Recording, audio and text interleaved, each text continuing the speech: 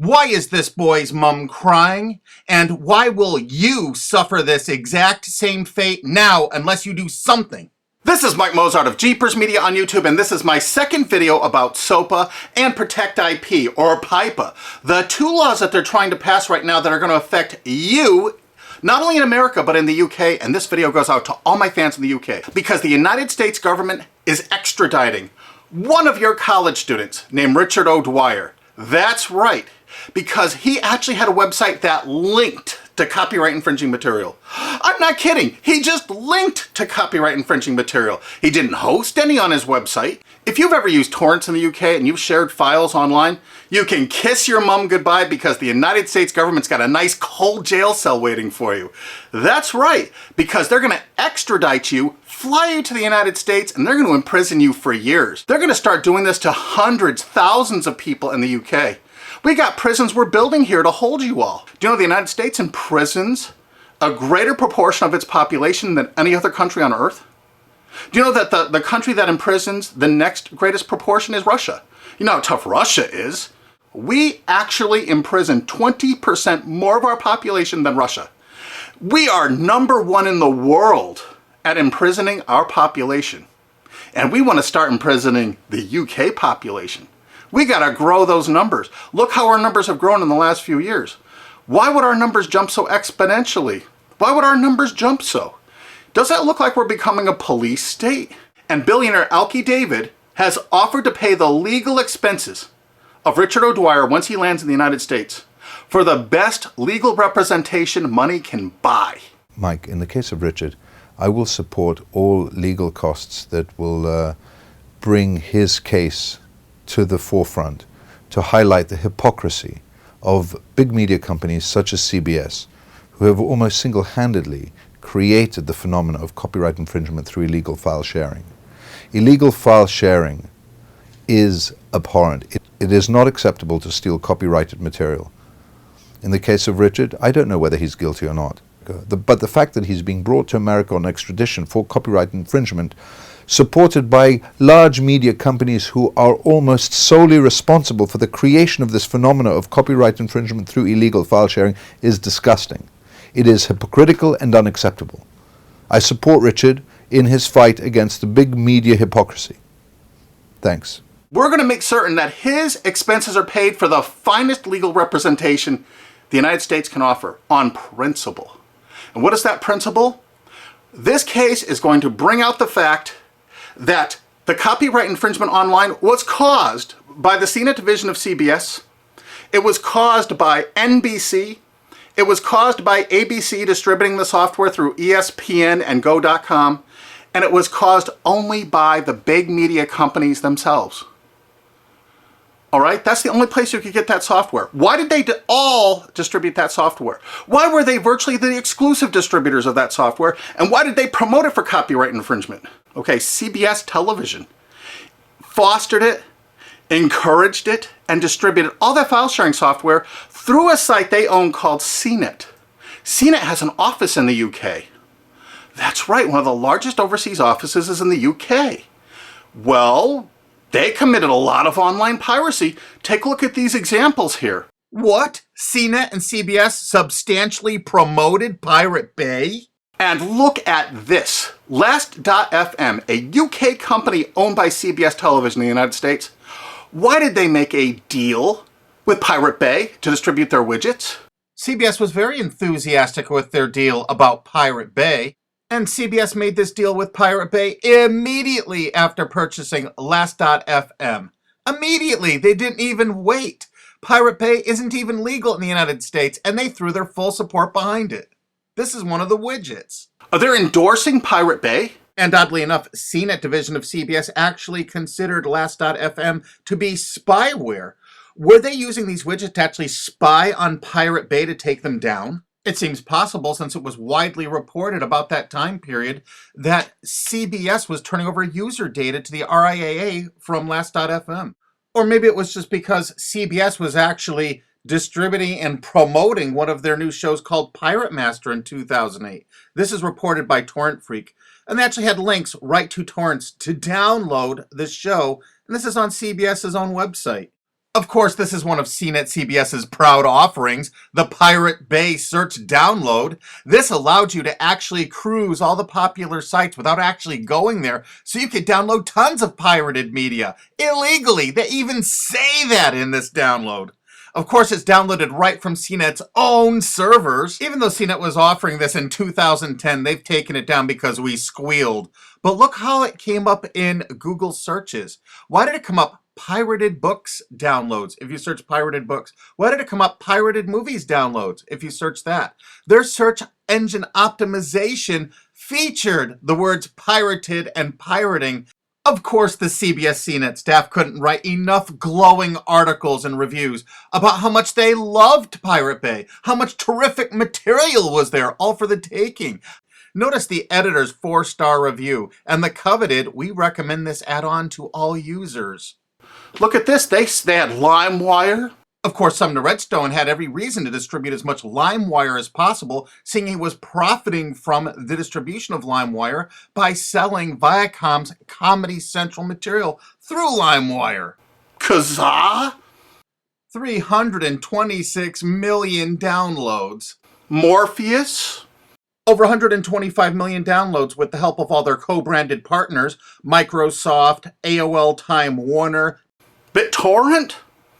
It goes on and on and on. CNET CBS wanted you to download pirated media so badly, they offered downloads specifically to cover your digital tracks, reviewed by their editors, and distributed through all their co-branded partners. Look at the freaking date this was added to CBS CNET. And ZapShares was perfect to use if you were using LimeWire to download Lady Gaga songs, like the editors showed you in this screen capture. And do you know who heads up that company? Sumner Redstone, one of America's richest men. And you know what you're going to do? If it's okay for the United States government to extradite that poor kid to the United States to stand trial here for something that wasn't illegal there, Sumner Redstone distributed file sharing software to your country. He distributed it with charts and graphs, including known copyrighted artists that are still on their site CNET to this day. And they distributed over 50 million downloads of LimeWire just since Sumner Redstone bought CNET.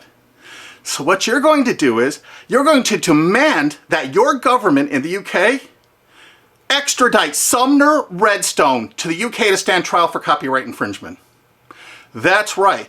You are going to demand it. You are going to write every single person in the UK. Because why should an American multi-billionaire be above the law? Hey, they can extradite one of your mates, some chap from England, over to the United States to sit in a prison for 5 or 10 years. Let's go after who really caused the copyright infringement. Let's go after the big media companies that actually distributed this software. I bet you didn't know who invested tens of millions of dollars in BitTorrent. SL partners, Paul G. Allen, Bill Gates, Microsoft. How come they're not in prison?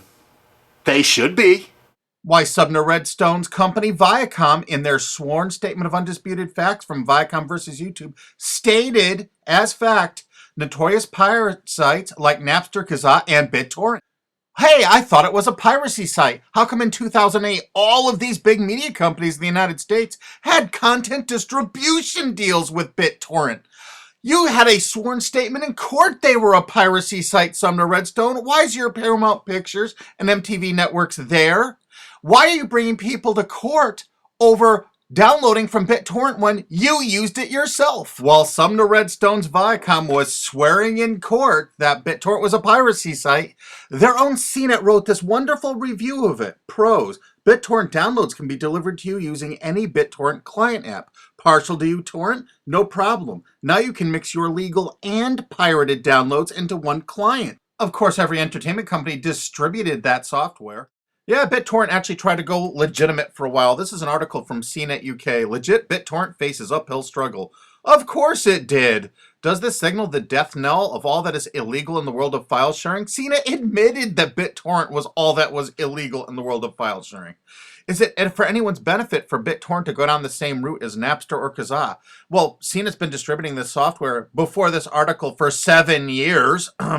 We think it's fairly obvious that most of BitTorrent's existing 135 million users will flee in droves free and illegal is always better than paid. Of course, their paid downloads failed. Remember, you have to look at the dates on this software from CNET CBS. This is November 5th, 2010. Mega upload super search. So you don't even have to use a search board. It actually scans through mega uploads. CNET staff reviewed it and recommended it. Of course, CNET CBS loved rapid share. Look at this, day added August 19th, 2008 when CBS owned it. The editors reviewed it and loved it. This particular little item lets you search rapid share with a special bot so you would never have to use an external site, downloaded right from their own servers. The CNET division of CBS offered dozens and dozens of BitTorrent toolbars, allowing you to search the different sites such as Pirate Bay, Torrent Spy, ISOHunt, without leaving the comfort of your own desktop or having to look at their advertising. They actually let you search it without going there. Here's another one of those torrent searchers CBS CNET offered. The pictures showed all the results for Lost, the TV show.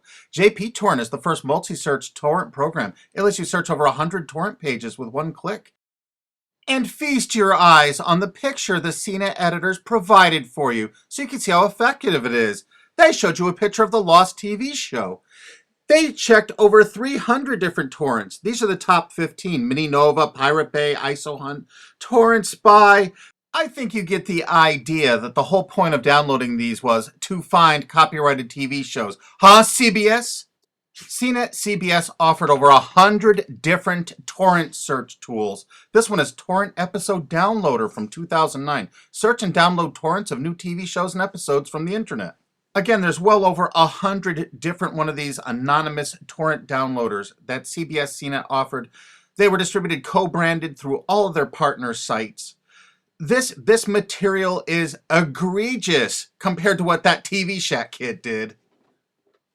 The only statement the president of CBS made in regards to all this material is that it's all perfectly legal. I guess it's legal if you're a multi-billion-dollar media company and not a UK student.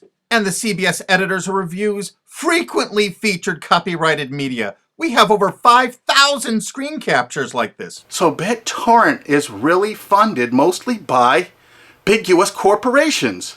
So it's the big US corporations that caused the piracy, and now they're going to go after you and your mates forever. You demand Sumner Redstone be brought to justice in the UK. Here's some of the evidence. There's a lot more evidence on onecandleinthedark.blogspot.com. They distributed the software itself with instructional charts and guidance. We're using copyright infringing materials to show you how easy it is to do, to encourage you to do it. And now they're going to arrest you for actually doing it. Isn't it great? That's the American way. And you're not going to sit by for that. Heck no. You know how easy it is to tell your legislators that you want Sumner Redstone brought to the UK? Extradite him. He needs to be extradited to the UK. He needs to pay for his crimes. Since he bought out CNET, they distributed over 50 million downloads of LimeWire. They distributed BitTorrent. They distributed Kazaa even after federal judges in the USA shut it down. They want to keep file sharing going so they can write these laws so they can control the world and control you in the UK. You think they're getting off scot-free? Hell no. You extradite Sumner Redstone to your country and you try him for copyright infringement. And there's people that are going to say, hey, this kid Richard O'Dwyer from the UK made like thousands of quid from this little deal he had. Thousands of dollars. But you know what? Sumner Redstone and CBS and CNET made hundreds of millions of dollars. Hundreds of millions. How come they're not being extradited to the UK? They need to be. But the UK has one decision they need to make it right now. Are they representing their own people? Or are they representing the big corporations of America? If they're representing the corporations of America, fine. You've lost. But you know what? If they have any integrity at all, they will extradite Sumner Redstone and make him stand trial and put him in prison for years. Don't let some billionaire go free for all this egregious copyright infringement when your mate from college is going to spend 5 to 10 years in prison in America for something that isn't even illegal in the UK. That's just sick. I mean, really sick. And you share this video with every single friend you have. You send it on Twitter, you put it on Facebook, you download this, you re-upload this video all over the internet. You make certain the world sees this video.